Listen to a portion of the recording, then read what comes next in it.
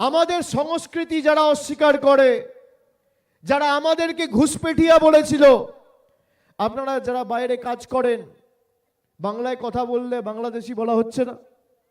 বলা হচ্ছে না? বিজেপির বাংলার নেতা খগেন মুর্মুকে জিজ্ঞেস করুন তো, এখানকার সাংসদ শুভেন্দু অধিকারী, সুকান্ত মজুমদার, দিলীপ ঘোষ কোন ভাষায় কথা বলো? বাংলায়।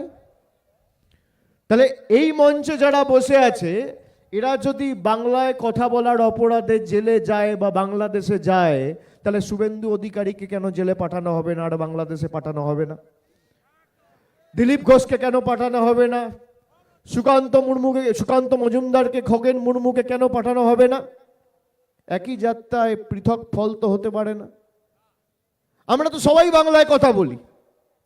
ক্ষমতা থাকলে অমিত শাহ, নরেন্দ্র মোদীর আর বিজেপি সরকারের 10 কোটি বঙ্গবাসীকে জেলে ঢোকাও। তোমার কত বুকের পাটা আর কত বড় বাপের বেটা, মানুষের কাছে প্রমাণ করো যে তুমি সবাইকে জেলে ঢুকিয়ে গণতন্ত্রকে ভুলণ্ঠিত করে বাংলা দখল করতে চাও।